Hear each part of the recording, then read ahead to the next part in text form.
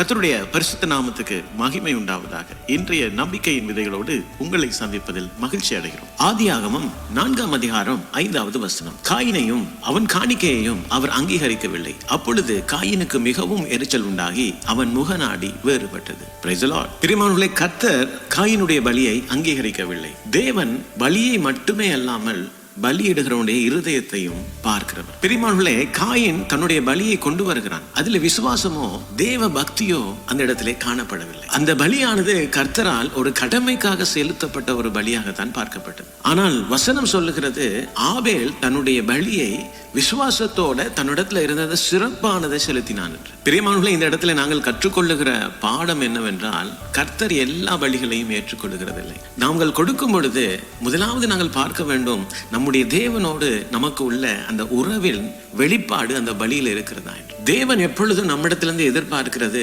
சிறந்தது, தரமானது, விசுவாசத்தோட செலுத்தப்படுகிறது. பிரியமானவர்களே, பல ஆண்டுகளுக்கு முன் ஆப்பிரிக்காவில் பணியாற்றிய ஒரு தேவனுடைய மனுஷன் அங்கு இருந்த கிராம குழந்தைகளுக்கெல்லாம் இயேசுவின் அன்பை கற்றுக் கொடுத்தார். ஒரு நாள் அந்த குழந்தைகளுக்கு அவர் தேவனுக்கு பலி என்றால் என்ன என்று விளக்கி கொண்டிருந்தார். அப்பொழுது ஒரு சிறுவன் தன் வீட்டுக்கு போய் அவனுடைய வீட்டில் இருந்த சிறந்த பழத்தை கொண்டு வந்து, இதுதான் என்னுடைய பலி என்று சொல்லி அந்த மிஷனாரிக்கு கொடுத்தார். அந்த பழம் அந்த வீட்டிலே காணப்படத்தக்க மிகவும் விலை மதிக்கத்தக்கதான ஒரு அரிதான பழமாக காணப்பட்டது. மிஷனரி அதை பார்த்து வியந்து, மகனே, இதற்கு நீண்ட தூரம் நடந்து வந்தாயா என்று கேட்டார். அந்த சிறுவன் புன்னகைத்த விதமாக சொன்ன காரியம், ஆமாம் சார், நான் நடந்து வந்த அந்த தூரம் தேவனுக்கான என்னுடைய பலியிலும் ஒரு பகுதிதான் என்று சொன்னான். Praise the Lord. பாருங்க, அந்த சிறுவன் தேவனுக்காக சிறந்ததை கொடுக்க விரும்பினான். காயினை போல எஞ்சியதையோ மிஞ்சினதையோ அந்த இடத்துல கொண்டு வந்து கர்த்தருக்கு அவன் பலியாக செலுத்தவில்லை. பிரியமானவர்களே, அநேக நேரத்துல நம்மிடத்துல இருக்கிற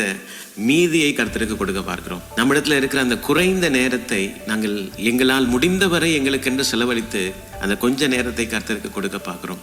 அல்லாது முக்கியமற்ற சில காரியங்கள் இருப்பேன், அதை கர்த்தருக்கு கொடுக்கலாம் என்று சிந்திக்கிறோம். ஆனால் தேவன் நம்மிடத்துல எதிர்பார்க்கிறது ஒரு விசுவாசத்தோட, சந்தோஷத்தோட, ஒரு தேவ பக்தியோட உள்ளான மனுஷனிலிருந்து பிறக்கிற அந்த பலியை கர்த்தர் விரும்புகிறார். பிரியமானவர்களே, கர்த்தர் தாமே இந்த வசனங்களோடு உங்களை ஆசீர்வதித்திருப்பாரு நான் விசுவாசிக்கிறேன். தொடர்ந்தும் பைபிள் மேரத்தன் வேத தியான பகுதிகளோடு இணைந்து கர்த்தருடைய ஆசீர்வாதத்தை பெற்றுக்கொள்ளுங்கள். இன்று இந்த நீங்கள் கொடுக்கும் பொழுது உங்களிடத்துல இருக்கிற சிறந்த